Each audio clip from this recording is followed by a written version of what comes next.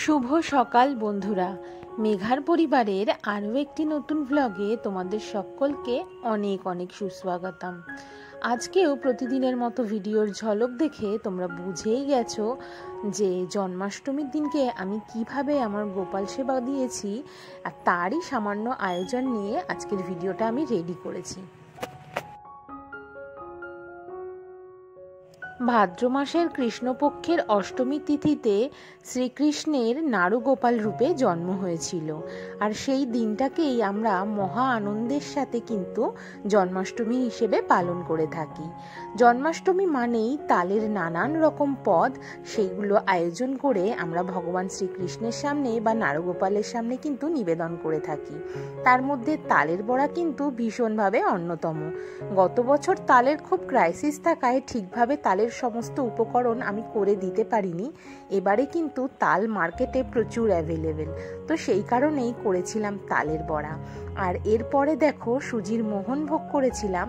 কাজু কিশমিশটাকে অল্প ঘি দিয়ে ভেজে তারপর অনেকটা পরিমাণ ঘি দিয়ে সুজিগুলোকে হালকা করে ভেজে নিয়ে তার মধ্যে আগে থেকে জাল দিয়ে ঘন করে রাখা দুধ দিয়ে খুব ভালো করে মিশিয়ে নিতে হবে, এবং আগুনের ফ্লেমটা যেন একদমই কম থাকে।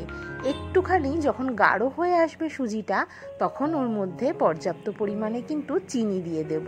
দেওয়ার পরে চিনিটা যখনই মেল্ট হয়ে যাবে তখনই কিন্তু গ্যাসের ফ্লেম বা ইন্ডাকশানের সুইচ তুমি যাতেই বানাও না কেন সেটা অফ করে দিতে হবে। আর এদিকে দেখো আমার কিন্তু গোপালের মোহনভোগ একদম রেডি হয়ে গেছে।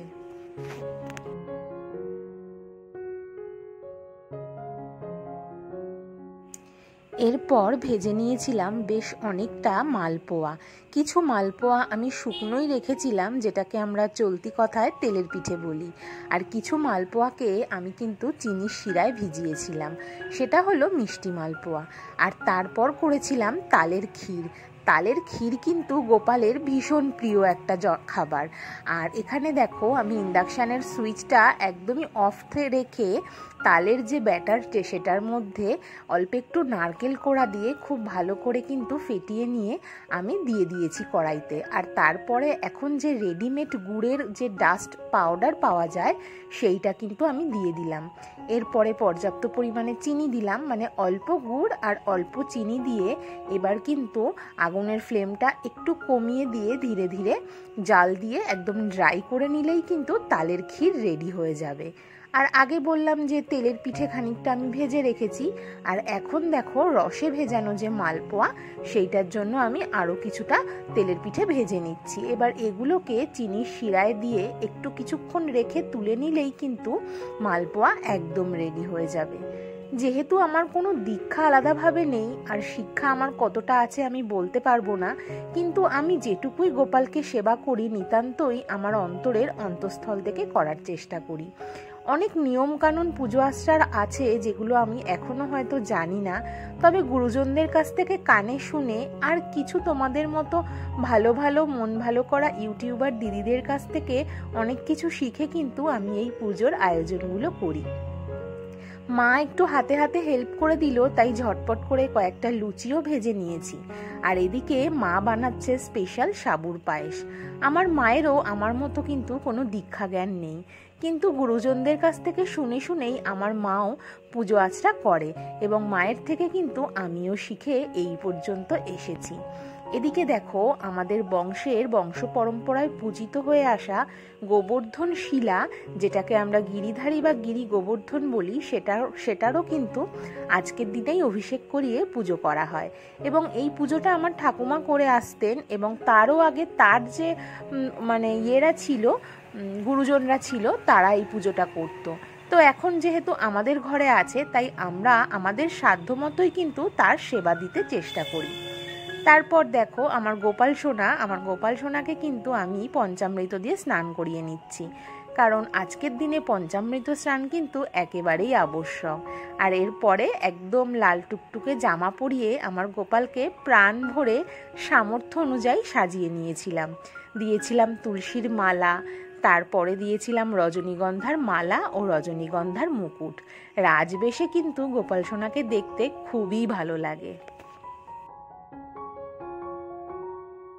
এরপর চন্দন সহযোগে কুমকুম দিয়ে রাজ তিলক করা হলো এবং সমস্ত ঠাকুরকেই কিন্তু তিলক পরিয়ে দেওয়া হয়েছে। আর এই হলো আমার আজকের সামান্যতম আয়োজন ভগবানের জন্য। সবগুলো গুছিয়ে ফল, মিষ্টি, লজেন্স, তারপর ক্ষীর, পায়েস, সমস্ত কিছু, তেলের পিঠে, মালপোয়া, সুজি, লুচি, সমস্ত কিছু সাজিয়ে এক এক করে কিন্তু ভগবানকে আমি নিবেদন করলাম। আর তার সবচেয়ে প্রিয় জিনিস যেটা মাখন মিশ্রি, সেটা কিন্তু দিতে একদমই আমি ভুলিনি। তোমরাও আশা করি এই জিনিসটা আজকের দিনে দিতে কেউ ভোলো না।